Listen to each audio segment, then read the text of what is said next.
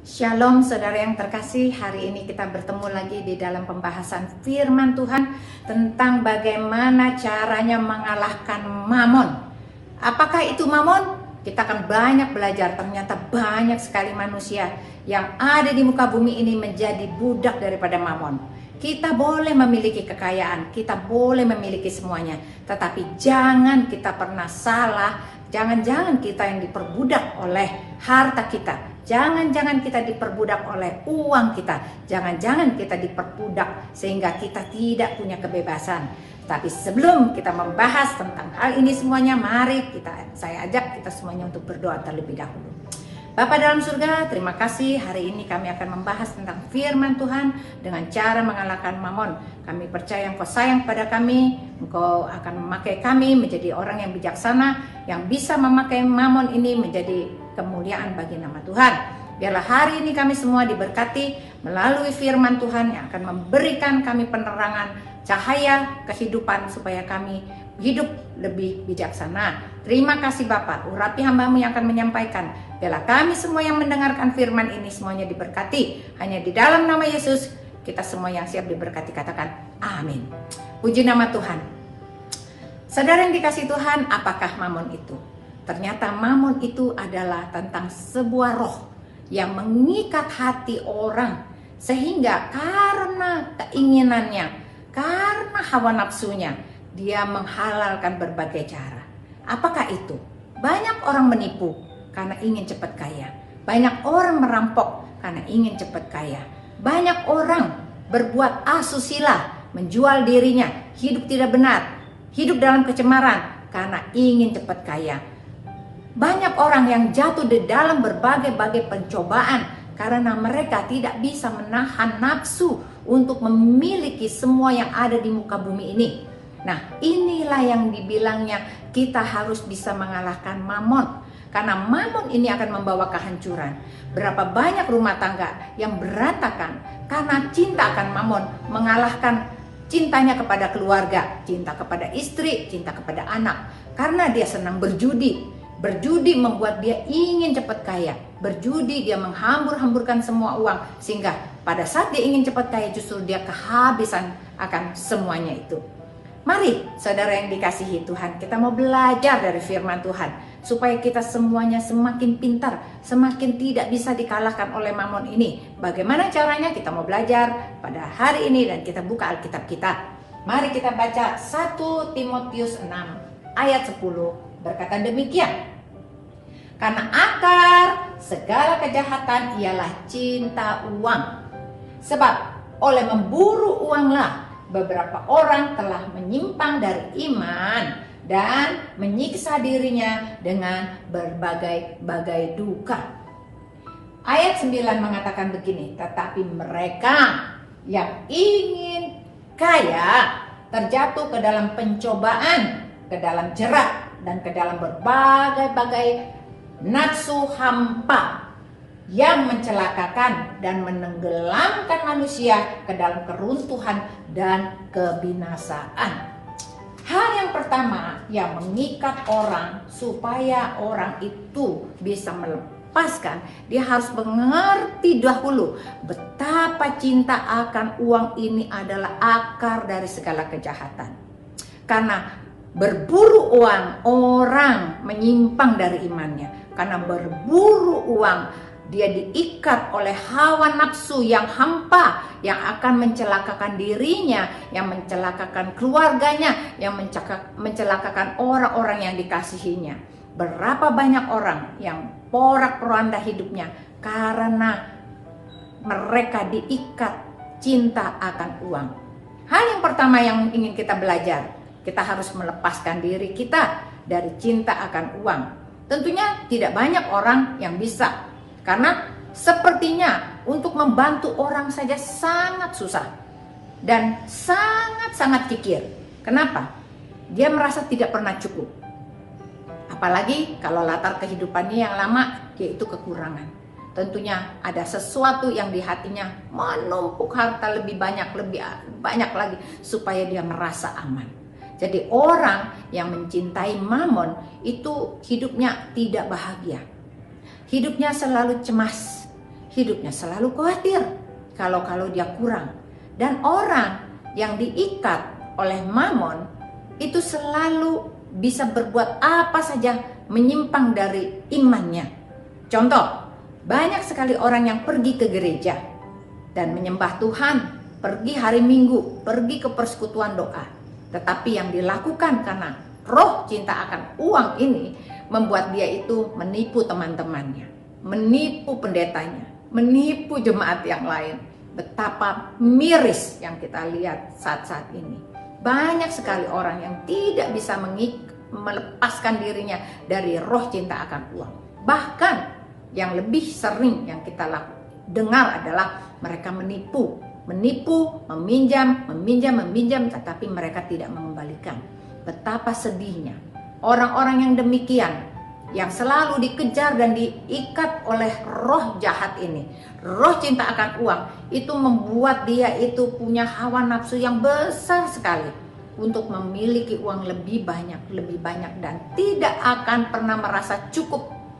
Apa yang dimilikinya selalu kurang, walaupun dia diberkati, walaupun usahanya banyak, tetapi secara jiwanya orang ini tetap miskin. Kenapa? Orang kaya itu bisa tetap miskin di hadapan Allah karena tidak mampu memberi, tidak bisa memberi, tidak bisa mau menolong orang lain. Karena dia diikat oleh suatu roh, yaitu roh cinta akan uang. Mulailah karena roh cinta akan uang ini, kejahatan-kejahatan itu mulai bertambah dan bertambah. Berapa banyak keluarga yang berantakan karena roh cinta akan uang ini membuat istri meninggalkan suaminya karena dia memilih untuk hidup lebih mewah, lebih banyak uangnya kepada pria lain misalnya. Dan kita lihat berapa banyak keluarga, anak-anak remaja, anak-anak gadis yang ingin hidup mewah, tidak bisa menahan nafsunya, mereka sampai menjual dirinya. Betapa miris, dan kita harus lihat bahwa ini kenyataan yang sedang terjadi di sekitar kita. Kita tidak bisa lewatkan. Tapi bagaimana caranya kita sebagai ibu, sebagai orang tua, sebagai ayah, kita harus melihat bahwa kita harus melihat dari kacamata Tuhan. Kacamata Tuhan yang Tuhan berikan adalah supaya kita lepaskan diri kita dari roh cinta akan uang. Karena roh cinta akan uang ini akan mengikat kita. Bagaimana caranya? Mari kita baca lagi yang Tuhan ingin ajarkan kepada kita. Ibrani 13 ayat 5 mengatakan begini. Janganlah kamu menjadi hamba uang dan cukupkanlah dirimu dengan apa yang ada padamu.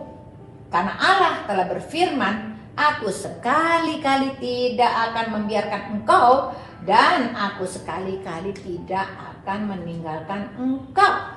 Hal yang pertama yang harus kita lakukan yaitu lepaskan ikatan dari roh cinta akan uang ini dengan ucapan syukur. Kita harus bersyukur untuk apa yang kita punya, apa yang kita makan. Dengan apa yang kita ada saat ini, kita selalu mau bilang terima kasih kepada Tuhan, maka secara perlahan roh cinta akan uang ini meninggalkan kita. Karena hati kita menjadi kaya. Kekayaan itu tidak bisa dilihat berapa banyak uangmu, berapa banyak kekayaanmu. Banyak orang kaya tapi hidup mereka sangat miskin. Hatinya sangat miskin. Begitu sangat pelitnya. Ada cerita bahwa seorang pengusaha sukses memiliki semuanya, memiliki segalanya, tapi dia hidup seperti orang susah. Dia beli sendal jepit, dia pakai celana pendek, dia pakai kaos yang murah, yang beli di Tanah Abang misalnya. Dia hidup seperti orang kekurangan dan makanannya pun itu-itu saja. Dia tidak bisa menikmati apa yang Tuhan berikan. Karena apa? Roh cinta akan uang ini mengikat sedemikian rupa sehingga dia tidak punya hikmah dan kebijaksanaan untuk menikmati apa yang Tuhan berikan. Dengan ucapan syukur, kita akan bisa melewati semuanya. Saya adalah salah satu contoh di mana saya selalu mengucap syukur kepada Tuhan walaupun saya menikah dengan suami saya dalam keadaan sangat kekurangan, tapi saya tidak pernah merasa miskin. Saya masih di dalam kehidupan saya bersama dengan suami saya masih bisa memberi kepada orang. Bahkan saya memberikan yang terbaik buat Tuhan juga. Bukankah itu hal yang luar biasa? Itu mencerminkan hati kita yang kaya. Kekayaan ini Tuhan katakan sama seperti seorang janda yang memberikan 1 peser saja dimasukkan ke dalam persembahan, tetapi orang-orang yang lain itu memberi daripada kelebihannya, pada kelimpahannya. Tapi ibu ini memberikan sepeser adalah kehidupannya untuk hari itu, dan dia tidak tahu dia akan makan apa untuk besok hari. Ini menjadi satu contoh bahwa Tuhan mengatakan apa yang diberi oleh ibu janda ini adalah yang terbesar di antara semuanya. Itu yang Tuhan minta. Kita harus mengucap syukur dengan segenap hati, dengan segenap jiwa. Kita katakan, Tuhan, Engkau baik sekali. Dan kita mengucap syukur dengan tulus, memberi dengan tulus, tidak karena ingin berlipat ganda.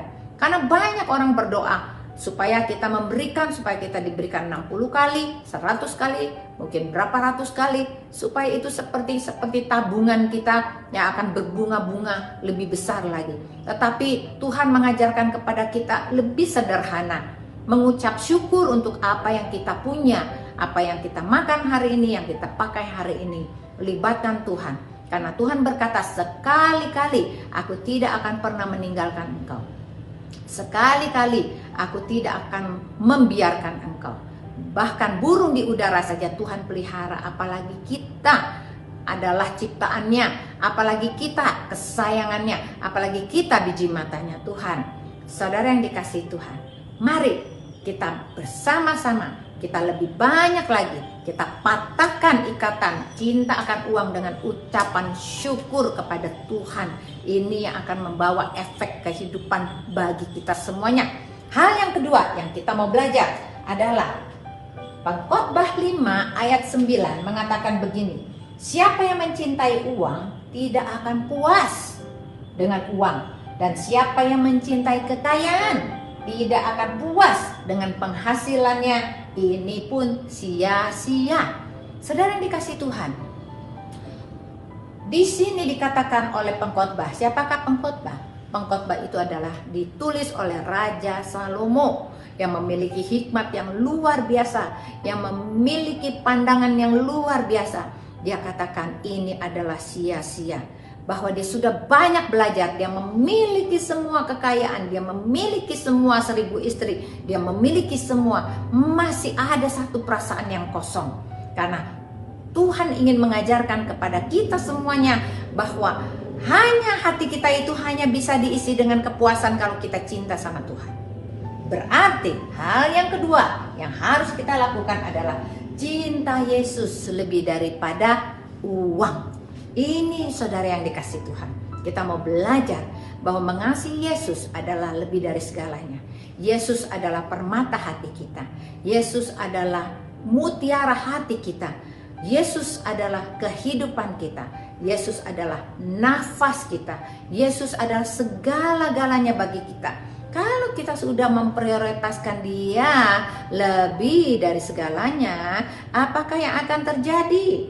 Yang terjadi adalah ada sebuah kepuasan di hati kita, ada damai sejahtera yang Tuhan kasih, ada sukacita yang Tuhan kasih, yang tidak bisa dibeli oleh uang. Karena damai sejahtera itu Tuhan turunkan kepada orang-orang yang bersyukur hatinya, orang-orang yang cinta kepada Yesus lebih dari segalanya. Nah, itu yang akan masuk ke dalam hati kita, yang membuat kita merasa tenang. Kita tidak akan merasa takut akan masa depan kita lagi. Kita tidak ada kekhawatiran akan kekurangan apapun juga, akan kekurangan makanan dan minuman apa yang kita pakai, uang sekolah anak, uang susu anak, uang pendidikan, dan semua Tuhan akan cukupkan. Keluarga kita pasti akan diberkati, keluarga kita pasti akan disayang oleh Tuhan jikalau kita mau dan belajar untuk mengendalikan mamun ini, supaya hati kita dibebaskan.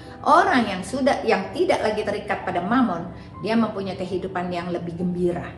Dia happy, makan apa adanya, sangat sukacita.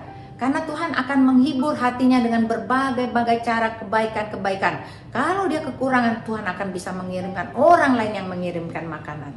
Saudara yang dikasihi Tuhan, miliki pengalaman bersama dengan Tuhan, miliki kuasa yang Tuhan berikan, kuasa mujizat yang terjadi kepada hidupmu dan kepada hidupku, supaya kita itu menjadi berkat buat kita.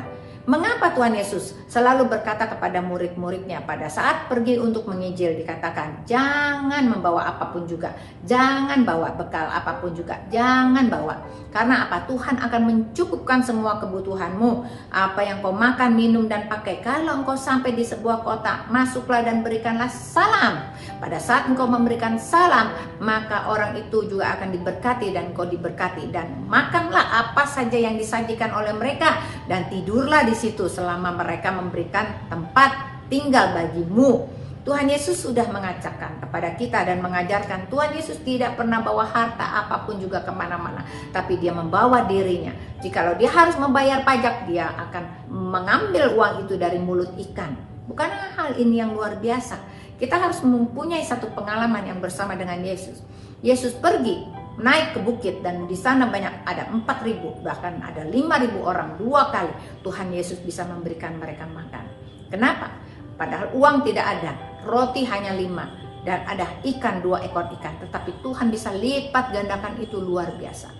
Kalau kita hidup sementara ini, cuma sesaat saja, kita diperbudak oleh yang namanya mamon, hidup kita tidak akan bahagia. Tadi dikatakan oleh pengkhotbah, siapa yang mencintai uang tidak akan puas dengan uang, dan siapa yang mencintai kekayaan tidak akan puas dengan penghasilannya, ini pun sia-sia.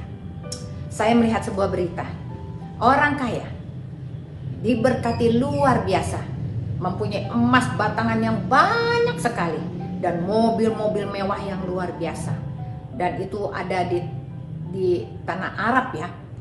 Rumahnya terdiri dari emas, bahkan klosetnya dari emas murni. Dia mempunyai ruang penyimpanan emas yang banyak sekali karena kekayaannya luar biasa.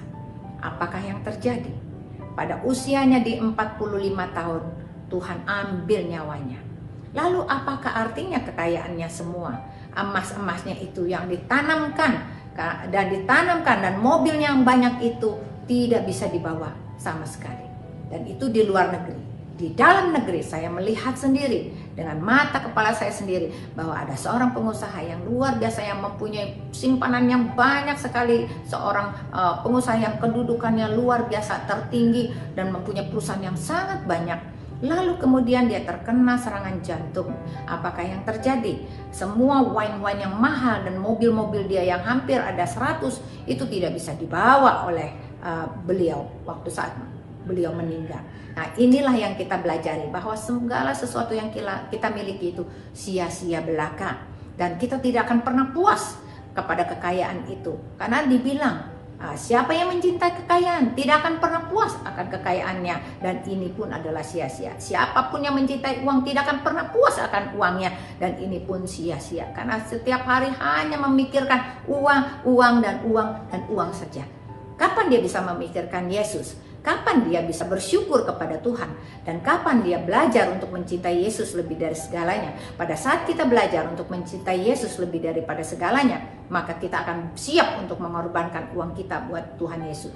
Bagi pelayanan, menolong orang lain, memberikan uang itu buat orang tua kita, membantu yang sakit, dan kita menengok orang yang ada di penjara, dan kita melihat orang-orang yang tidak bisa sekolah, itu yang kita bantu. Biarlah hal ini akan membuka mata kita, supaya kita itu semakin mengerti apa rencana Tuhan dalam kehidupan kita. Mari kita lanjutkan lagi, bahwa apa yang Tuhan inginkan kepada kita adalah dalam Pengkhotbah 5 ayat 18 mengatakan begini: setiap orang yang dikaruniai Allah kekayaan dan harta benda dan kuasa untuk menikmatinya, untuk menerima bagiannya, untuk bersukacita dalam jerih payahnya, itu pun karunia Allah.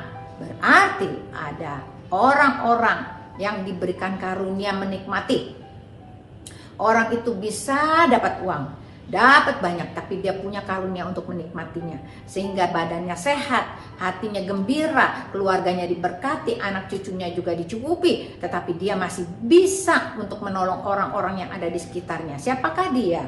Dia adalah salah satu tokoh Alkitab yang kita baca bahwa seseorang yang diberkati Tuhan luar biasa, dan itu adalah Ayub. Ayub ini adalah seorang kaya yang luar biasa. Dia memiliki semuanya yang diimpi-impikan saat itu oleh orang banyak. Dia hartanya banyak, anaknya banyak, semua sehat dan luar biasa. Tetapi Tuhan izinkan satu hari dia menderita, semuanya itu hilang. Tetapi saat dia percaya bahwa segala sesuatu itu adalah datangnya daripada Tuhan, Ayub mulai rekonsiliasi bersama dengan Tuhan. Tadinya dia bersungut-sungut, dia tidak mengerti rencana Allah. Kemudian dia semakin mengerti bahwa Tuhan itu baik buat dia. Dan sejak saat itu dia dipulihkan kembali, dia disembuhkan dari sakitnya. Dia kemudian menerima kembali anak-anaknya yang lain yang lahir, dan kemudian mereka tumbuh besar lagi dan hartanya dikembalikan oleh Tuhan berlipat kali ganda. Hidup kita adalah demikian.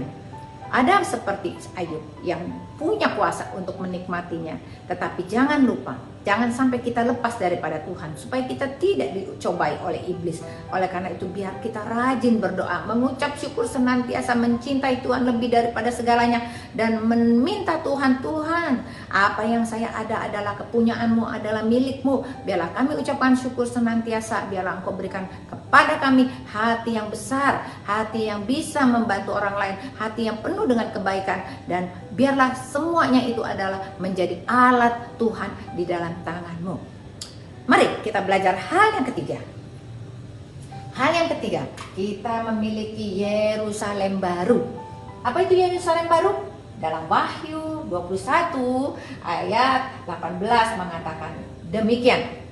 Tembok itu terbuat dari permata yaspis, dan kota itu sendiri dari emas tulen bagaikan kaca murni, dan dasar dari tembok kota itu dihiasi dengan berbagai jenis permata. Dasar yang pertama adalah batu yaspis, dasar yang kedua batu nilam, dasar yang ketiga batu mirah, dasar yang keempat batu jamrud, dasar yang kelima batu nilam, dasar yang keenam batu sardis, dasar yang ketujuh batu ratna cempaka, yang kedelapan batu beril, dan yang kesembilan batu krisolit, dan yang kesepuluh batu krisopas, dan yang ke-11 batu lajuardi, dan yang ke-12 batu kecubung.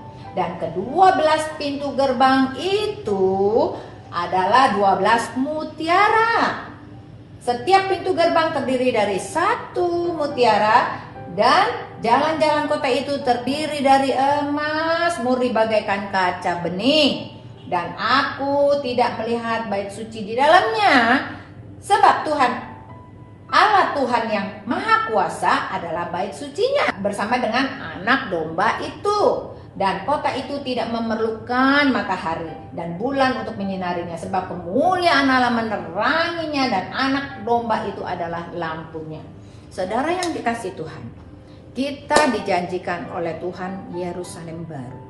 Yerusalem baru adalah kota yang luar biasa buat orang-orang yang percaya, orang-orang yang dipilih Tuhan, orang-orang yang lulus dari segala pencobaan, orang-orang yang tidak cinta uang. Tuhan sediakan Yerusalem baru. Tempat itu terdiri dari jalanannya dari emas murni, emas tulen bagaikan kaca bening. Dasarnya ada 12 lapis permata, dan pintu gerbangnya adalah mutiara.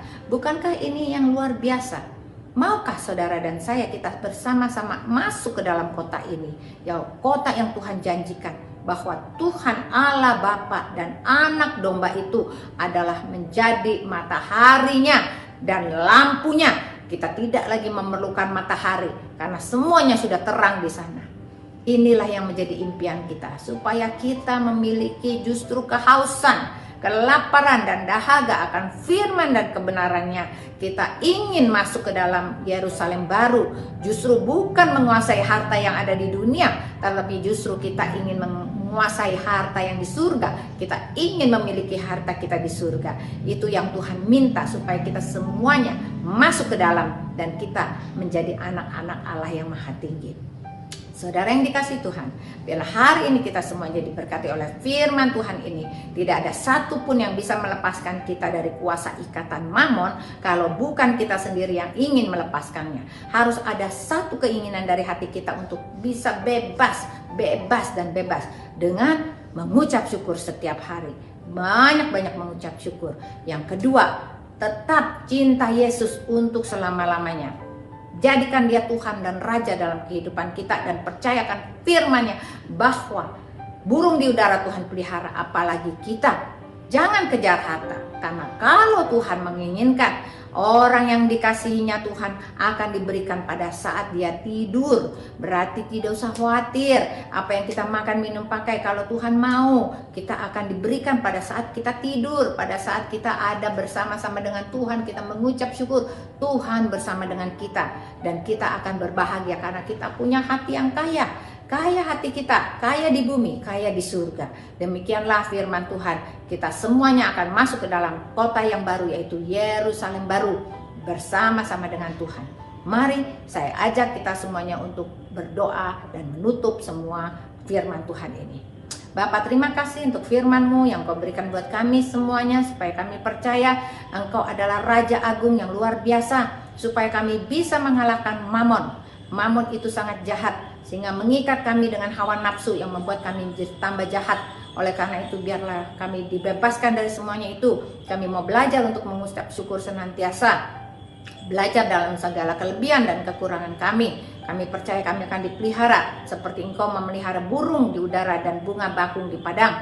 Kami percaya juga bahwa kami harus mencintai Engkau lebih daripada segalanya, supaya hati kami ditenangkan dan diteduhkan. Karena barang siapa yang mencari kekayaan, dia tidak akan pernah puas akan kekayaannya. Barang siapa yang mencintai uang, dia tidak akan pernah puas akan uangnya.